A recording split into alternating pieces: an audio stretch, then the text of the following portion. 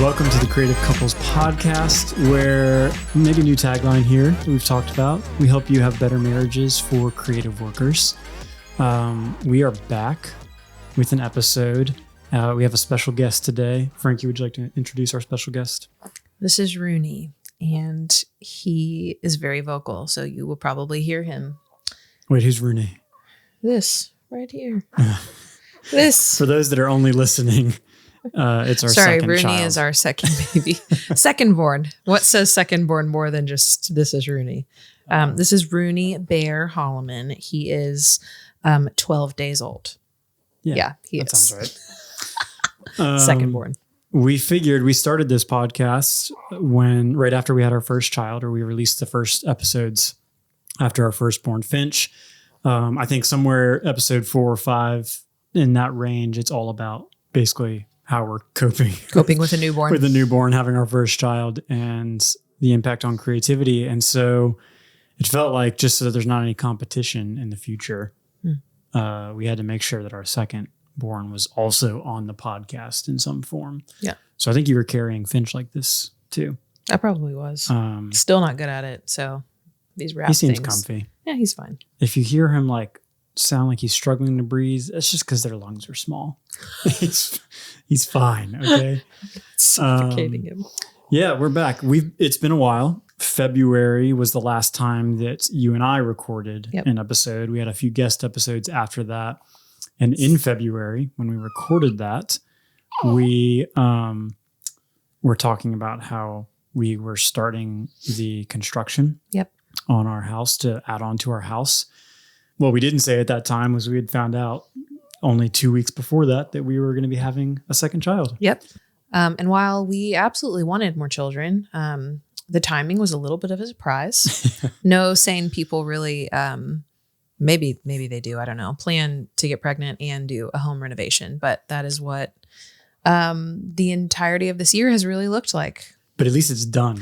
It is all done. I mean, the child is cooked and out. The timing of we basically finished in August. Yeah. And we had him. Rooney was born September 22nd. 22nd. Yeah. And now we are sitting here, for those that might be watching this on YouTube or video clips, we are in some of that said addition space. This is upstairs. We haven't had an upstairs historically. No. But it's almost like a little loft area, just a small room and a little kitchenette bathroom. But we use it as kind of studio workspace, and it's also separated from the rest of the house. So so nice. You can only get there from outside stairs. And we're recording in that room now. Got a nice black accent wall, which might look kind of boring. For video purposes. For video purposes, it might be a little boring, but it's cool in the scheme of the room. So, went through a home edition process, which was hard. It's what everybody says it is. Yeah. We went over budget. There were multiple times that it was really like, why isn't this happening? Why did this happen this way? Oh, that didn't plan like we had hoped it would plan out. So we got to pivot. Should we have just moved? Was this all a huge was mistake? This a mistake? It's just what everybody, if you've ever asked anybody if it's worth it, it was worth it. And we're happy with how it turned out. Yeah. But it's not fun, especially if you're living in the space while it's happening. Yeah. And that was probably the main reason we didn't do a lot of episodes, but also just in a good way, from my timeline standpoint, I just had a lot of freelance work in addition to my day job. Great. But especially that first half of the year, I feel like I had more come in than I'd ever had at one time. And so any extra time I had was spent doing those projects, and they're paying projects. So we take them. Gotta go where the money is. Yep. And not always. Not always. But sometimes. But sometimes when it's choosing between editing and taking time to plan out a podcast that you don't make any money on versus a video project, I choose the video project. Yeah. I'm sorry, podcast listeners. We love you, but this is just a fun hobby for us. Yeah, it's not unfortunately the priority when other things vie for our attention. So that's been going on. What's been going on in your world, Frankie? Why didn't you just record a podcast without me? I mean, I don't think anyone wants to listen to me sit here and talk about who knows Sure what. they do. Sure they do. You have music fans that would probably love to hear you talk about music All stuff. things. Yeah. What has been going on? I think this year for me, I'm still honestly kind of trying to wrap my head around the whole year. It's felt like a whirlwind in some ways, and then in other ways, like the slowest year of my life. Like the time has moved very slow. And part of it is like, I love my 2 boys. They are wonderful. I hate being pregnant. Yeah. I, not a fan of with pregnancy. both children, threw up until more than halfway through pregnancy, which if you know nothing about kids, it's not abnormal, but most people kind of stop at like 10 or 11 weeks. And I went into like 27 weeks, 28 weeks, still sick. So that was pretty miserable and obviously impacted how much I wanted to do. And then our daycare actually unexpectedly shut down. Honestly, I forgot about that. It's, I mean, lots of things happen in life. Yeah. It's not the biggest thing in the world, but It's is not, very inconvenient. and it's such a, like, having childcare honestly is a luxury. It is not a right. I Yeah. know it is a privilege to have it, but Finch, our firstborn, is 2, and he has been in childcare since 8 months old. Yeah, I think so. And in April, we just found out it was going to be closing. Basically, the building got bought out, which is totally fine. In a month, they gave us a month notice. Yeah. Which daycare finding, it's probably everywhere in the country, but in Nashville and probably any city, trying to find daycare with a month's notice is not great. It's challenging. So it took a couple months. We did get an opening. We did. A friend of ours was able to help us get in Yeah. with one that their daughter was in. So that was really helpful. And he loves it there and is happy. So I basically had Finch home the rest of May and June. And he went, I guess, the middle of July back to daycare, which, again, being sick and pregnant during a home renovation with a 2-year-old at home, Not conducive to recording a podcast. it's not conducive to recording a podcast. It's not conducive to my normal work. You still had to do your normal work. Like you had to push through, and you still had songwriting to do. You were releasing music. Yep. Been Which in a is release cycle. Which honestly feels like now, like you kind of have to always be in a release cycle. There's Yes. less downtimes, but Yes. with music being seen as content the way it is these days, like you kind of just always need to be releasing something.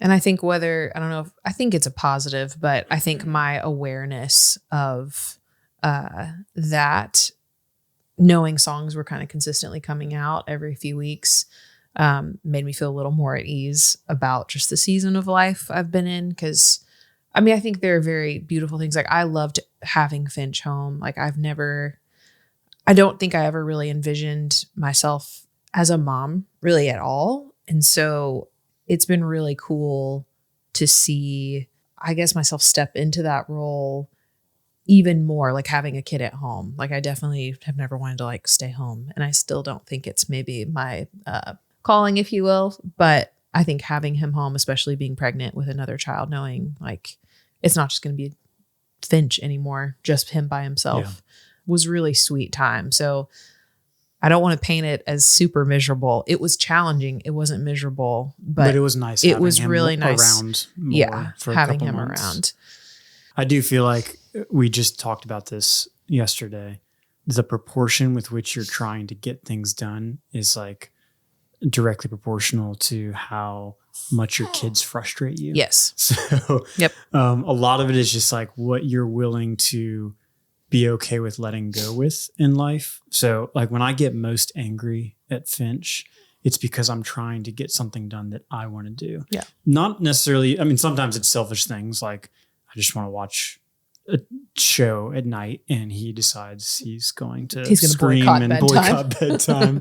That's angering, but it's more angry. Like when I step back and I can be like, okay, the reason I'm angry right now is because he's just getting in the way of something I want to do. Yeah. But what I've chosen to be as a parent is present in those moments. And so that's what part of parenting is. And you can just complain about it and vent about it, which is necessary at times. But it's like very rarely am I getting angry at Finch because Finch is doing something that not any other 2-year-old would also be doing. Yeah. It's just, we're trying to get things done and we're in a hurry. We as parents, or I should say as adults, have expectations and things we're trying to do and life is hard.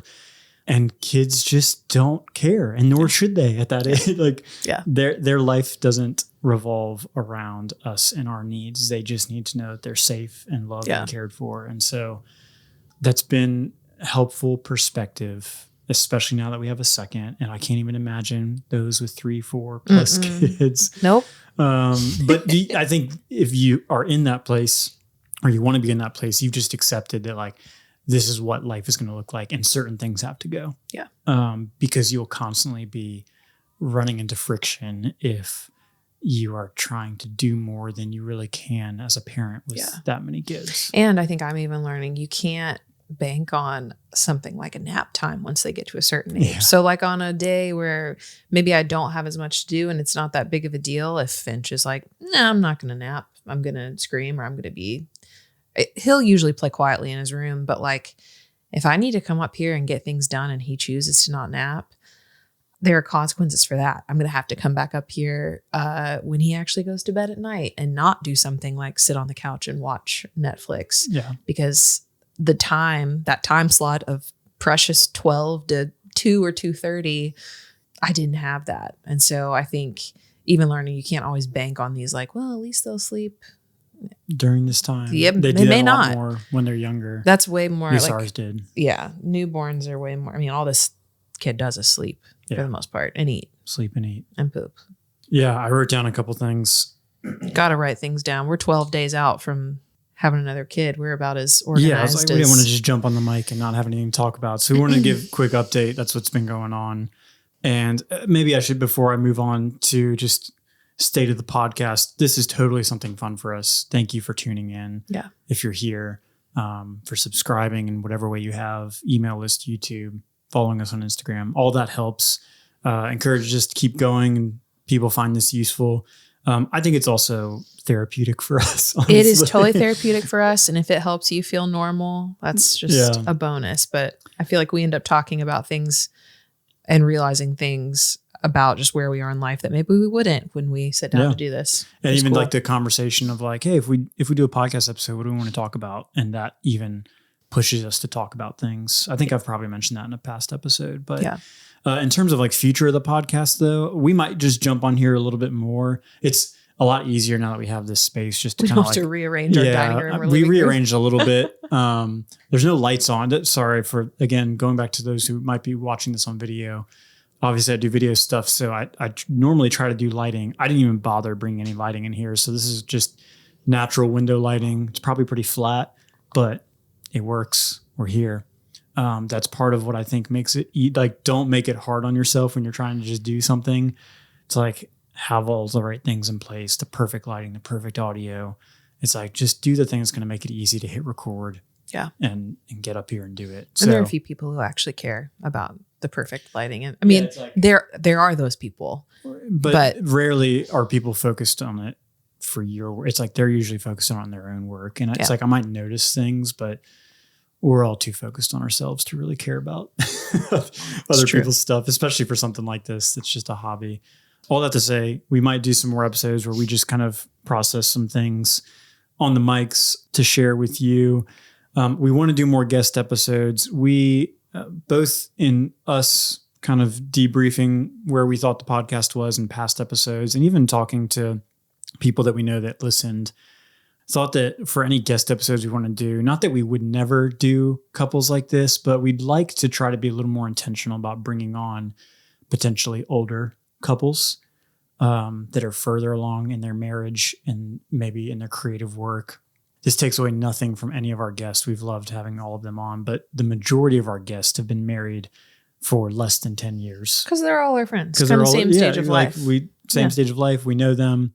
It's honestly, our generation's probably much more likely to be like, yeah, we'll get on a podcast and talk about our marriages. Whereas Gen X and baby boomers might be like, it's not for me. That is private conversation. That's an overgeneralization on my part. But it is.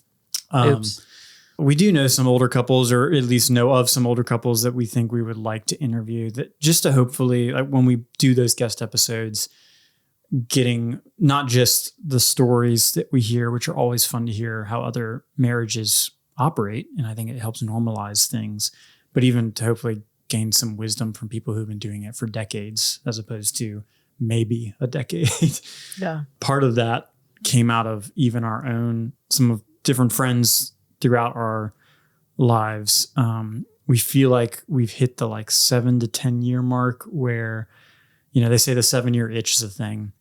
We've also noticed that. And we had that, like that was the year Finch was born. And Yeah. I think we both felt that was the one of our 7-year harder itch. years. It totally was. But not the itch of we necessarily wanted to leave, because that's kind of what that really means. But just that it just happened to be probably our hardest year of marriage. Yeah. But to be expected when you bring in a child, it's disruptive. It is. But no, without it, our point is not to call anyone or anything out. But I think we've been saddened, honestly, at some of our friends that have just been having tough times in marriage. Yeah. And some that haven't made it, getting close to that 10-year mark. And part of the purpose of this podcast was for people to have better marriages and to be able to work through that. And I don't know, in some very small way, help prevent that for people and give people tools and ways to do that, because we need it just as much, like not because we've got it figured out that we've hopefully made clear, but because we also need help. Well, and because I think you'd be the first to say we are by no means like therapists or experts in marriage, but I do think a common theme that we have seen with our friends and ourselves in our own marriage is the thing that seems to breed the most disconnection and frustration is not communicating and just kind of letting things, you kind of just function as like which you are two separate people, but like not saying something when something upsets you and just kind of harboring, even if you wouldn't say you're harboring resentment, but you're kind of starting to keep this tally of like, and then he did this, and then she did this, and then this, and then this. And communication, it sounds like it's really easy, but when you add in kids and home renovations and a pregnant person whose hormones are nuts, like career changes, not just for us, but for people in general. Just like in general, people go through these things. It's really challenging to communicate because I think we're also constantly changing as people. Like we're not the same people. We're not the 23-year-olds who got married in 2015. Yeah. There are things about us that have stayed consistent, but it feels like a lot of marriage is learning to love a new person every few years and get to know them and their just who they are in that season. Yeah. So I don't know. I just want to give that caveat of like, that seems to be a common theme. Yeah. And we talked about this concept. We've talked about a lot over the last few months of dividing and conquering versus doing things as a team. I don't know if it's appropriate to go with the war analogy, but when I think of divide and conquer, I think of war and battles. And it's like, there are times where as a unit, we'll just talk about us, a double unit in this case, you each need to go off and do a specific thing by yourself. In our context, a lot of times it's with kids. Now, especially that you have two, it's like, okay, I'm going to take Finch, we'll do bath time. You take care of the baby, or I'm going to do dinner, you do bath time, or I'm going to go do groceries, you do this, or I've got this meeting for work. So it's a constant coordination. Side note, if you are a couple who doesn't use a shared calendar, do that for your marriage. I can't tell you the amount of time. This is more of a joking thing. I'm not going to call anybody out. The amount of times you try to like schedule something with couples and they're like, yeah, that works. And it's like, oh no, so-and-so had this. I didn't realize that. And it's like, man, you will save yourself a lot of trouble if you guys just do a shared calendar and put the things on there that are important for them to know. Remember to put the things on there. Remember Frankie. One of us in this room doesn't always put things on the shared calendar, but acts like she did. You don't get away with it. I know, never. I'm like, oh, well, this is happening. But even if you are maybe only 70% usage on your part, that 70% makes a big difference compared to just not having one. That's true. Not knowing. It just makes it easy when scheduling. I can be like, look at a calendar. Oh, we've got dinner with so-and-so, or Frankie's got some kind of meeting or something going on. Oh, the kid's out of school this day. Yeah, kids out of school, doctor's appointments, all that kind of stuff. Like, just get a shared calendar. it's easy to set up on your iPhones, which most of us have. So that was a sidebar. We're going back now. Dividing and conquering. There we go.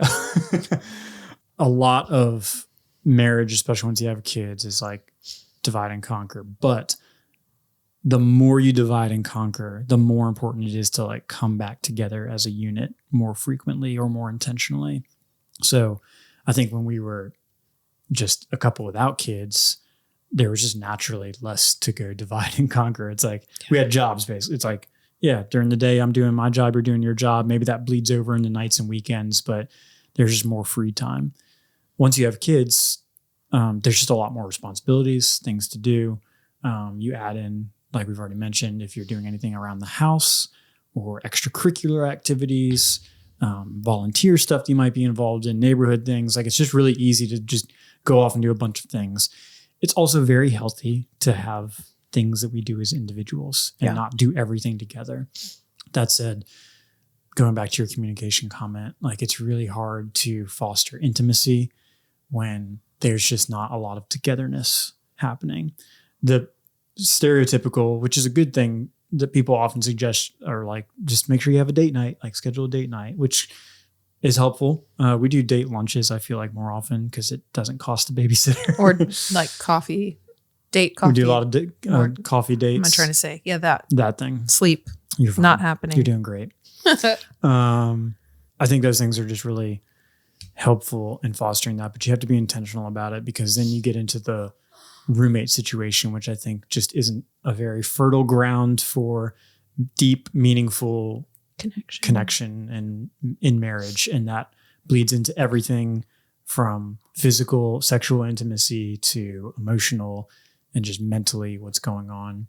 I think that was just a concept that we've talked about a lot of, yes, we've got to divide and conquer to get things done to operate our day, but also how are we coming back together and even doing things as a family too, of not just, it's way more tempting. I don't know if you feel this, but it's tempting for me to just take Finch to the grocery store by myself kind of thing. Or or me, I'll just go to the grocery store, no kids. Yeah. And it's one of those things where like, oh, he's doing something nice. He's going to the grocery store, but it's like, no, it's also an escape. Like it's a way to get away. And again, that's not a bad thing all the time. It's just needing to be aware of that tendency and communicate and know that like, hey, the other spouse or the other partner in the relationship might need to get out of the house. To get out of the house. Or, you know what, it's been a while since y'all have, even if it's inconvenient, everybody's going to the grocery store. Maybe not right now. That sounds that's not right now. Not right now. We're only a week and a half. Yeah. No, you're right. Because I think there's just a fine line between like efficiency is good. I think both you and I really value efficiency, but sometimes that could be to our detriment and other people's detriment if it is kind of feeding a lack of togetherness. And we've talked about before, I feel like we spend more time, historically, we have spent more time together than maybe a lot of other couples, just the nature of like both kind of working from home at different times. And we genuinely enjoy being together. But when you add in now 2 children, it's harder. It's hard to just have a conversation at the dinner table with those of you who have a 2-year-old. No, it's really, honestly, the win is just eating dinner at the table, which we're good at. We always do it, but we are. I mean, at least 50% of the time, Finch is probably throwing a fit. Yeah. Last night was the meltdown about a cheeseburger. Ugh. Spencer cut the cheeseburger in half. But he couldn't. Oh man, I wish we could share this video, but you had to imagine thank you, by the way, to anyone who has given us meals. We're on the meal train right now. It's life-saving. It is amazing. So we had takeout. So Finch had a cheeseburger from a takeout place. And he loves cheeseburgers. He loves them. Has never had an issue. But the bun, even though it was nice and fluffy, it was a little tall. It was a little big. And he's got a big mouth. He can use it. But he was really struggling to get his mouth around the burger. And he's just sitting there weeping. And he's pushing it against his mouth, just crying and screaming. And so naturally I'm like, well, let me cut it for you and try to smush it down. Of course, big mistake. That wasn't helpful either. So anyways, like things like that are a regular occurrence, which make a, hey, how was your day? Yeah. How do you recover from that and have a deep connection with your You don't, adult because you're both spouse? tired. And then if you have a newborn, who's woken up by the screaming of the toddler and then is like, oh, I guess it's time to eat. It's just, yeah. So maybe, I don't know if there's a clear-cut solution here, but maybe what we're taking away from this and what we're trying to practice right now is, one, having, as always, realistic expectations for the season of life. Like, bar's real low right now. There's a bar is low. And we sit down and truly sometimes I'm like, thank you, God, that we're all just here and sitting together kind of thing. Like, we made it. Everybody's butt We is have in a food chair in front of us. Yeah. Like, we made it. And I think I've talked about that even with other friends right now that have young kids, of just constantly encouraging each other. Like, I know there's so many things we want to do in the world, especially millennials. We just always have these like big aspirations of like, I need to be making an impact. I need to be being nice to people, caring for people. I need to be killing it at my job. I need to be the best father and wife and husband and all these things. And I think sometimes like, hey, take some of that pressure off of yourself, not because those things aren't worth striving for, but this is likely one of the most intense seasons in life. And I just told a friend that I got coffee with this morning, actually, like, you should be proud that you're like able to have that conversation with your child at all. Like, you're the fact that you're showing up and being present is more than a lot of parents have done in the past or still do sometimes. And just give yourself a pat on the back every once in a while. Because it's an intense season, but it is also precious. Yeah. Even through the child screaming about the hamburger, like, I think we're going to look back and miss it. Not miss the tantrums, but he can change like toddlers do. They change real quick. So once he did finally get over the fact that the cheeseburger was cut in half. Oh, then I love you, mama. Yeah, love you. I love you, dada. Golly, whiplash. I'm like, kid, you almost didn't make it. My emotions, I feel abused. It's a lot, but it is. Yeah. So I think maybe that's some helpful stuff in there. I'm looking at my notes here to make sure there's nothing And if else. not helpful, at least you can feel better about your season of life. Be like, at least I'm not like these two fools. Yeah. Struggling. If you don't have kids and you're hearing all this, hopefully this isn't maybe it should keep you from kids. I don't know. Kids are tough. I've told people don't just have kids. Don't just have them because you feel like it's what you're supposed to do. Yeah. And also, especially if you haven't been married very long. I don't know. I personally, granted, I know we were 23, like we were young. But I would never take back any of our almost 6 years of marriage without children. Yeah. It's precious time. Yeah, it's a lot of work. But if you don't have kids and you want to have kids, take advantage of the time that you have. I don't have a lot of regrets, but I think as usual, you look back and you're like, man, I wish I would have just done a little bit more with my free time. But in some ways, you don't know what you want until you get older and mature. And you don't know it's constantly that changing. Maybe you shouldn't spend every Sunday afternoon eating Chipotle and watching Parenthood when you're 23, 24. I don't regret that. I We literally would. We would come home from church and get Chipotle and binge watch Parenthood. like all afternoon. What were we doing? Why parent? Also, the fact that we didn't have kids and we're 6 years away from having kids and we were watching Parenthood. It was just a drama. It was good. It was a good show. That wasn't the only show we watched. That's just for some reason we always look back at that first year of marriage. Yeah. In our little apartment and that was Sunday in West afternoons. Nashville. It's great. It's a good time. But yeah, I think that's it. We've probably gone long enough. Thanks for sticking around. We hope to do more of these. I don't know. Tell us if you think these are crazy, but I kind of like these unscripted conversations sometimes. I feel like I like listening to them, like other people doing it. So I don't know.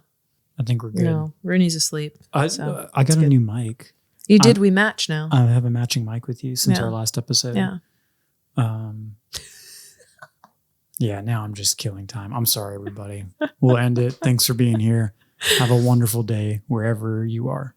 Bye.